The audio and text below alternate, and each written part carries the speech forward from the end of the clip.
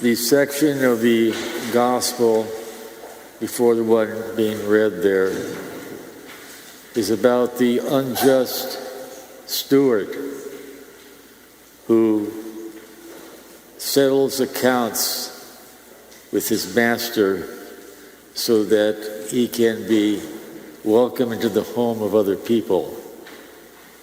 This unjust steward is very enterprising.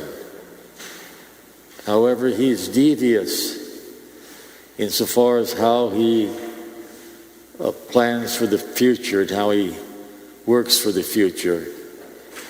He's also devious insofar as he's only concerned, in a way, about material wealth, not spiritual wealth. And we know how necessary a spiritual wealth is in life.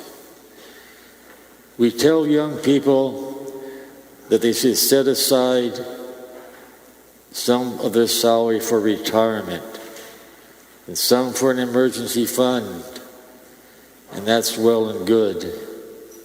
But besides that, they should set aside their energy and their time also for spiritual wealth, how important that is.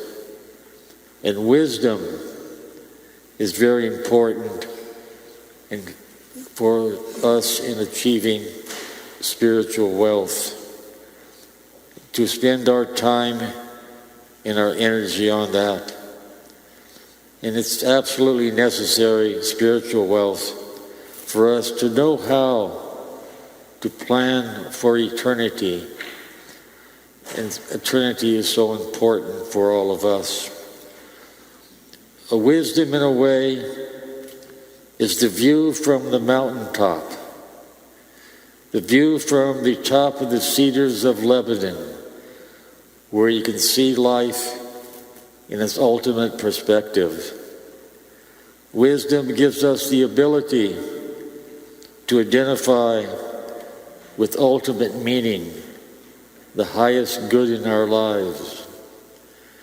If we identify the highest meaning in our life with material wealth, we will be disappointed.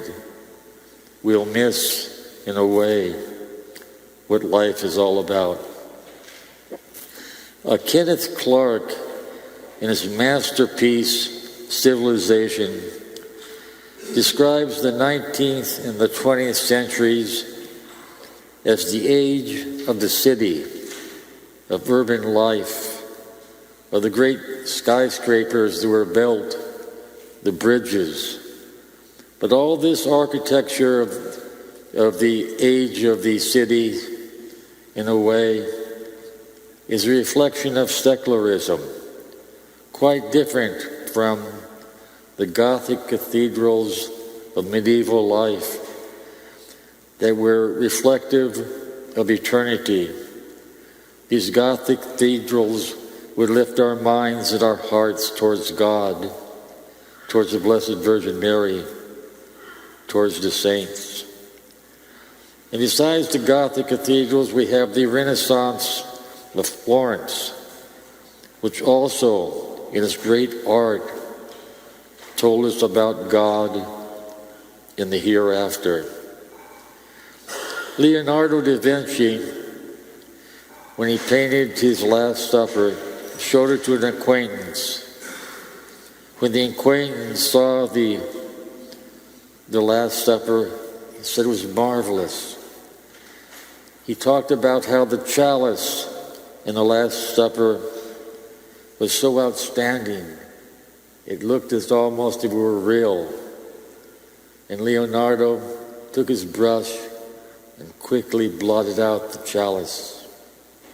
And he did so because Christ should be the person outstanding in his Last Supper, because it is Christ that gives us the true wisdom, telling us all about what life should be.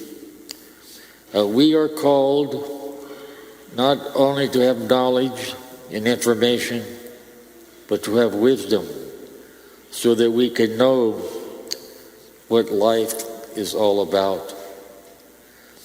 The secular age, in a way, fails us insofar as it tells us about what's here and now, forgetting about the future. And the future is so important. The unjust steward was very enterprising, but he was enterprising about material wealth.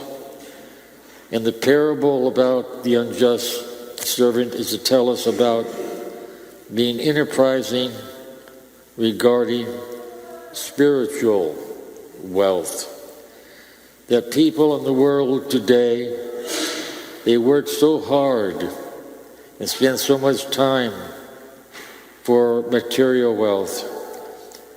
With the same type of energy, we ought to devote ourselves to spiritual health.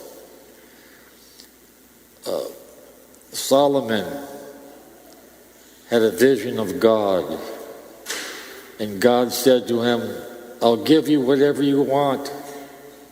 What do you want? He says, I want wisdom.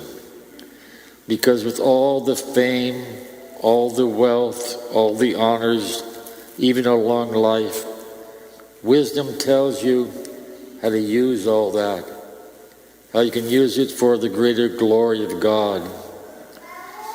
Wisdom helps us to make our lives devoted to the glory of God and for our own salvation.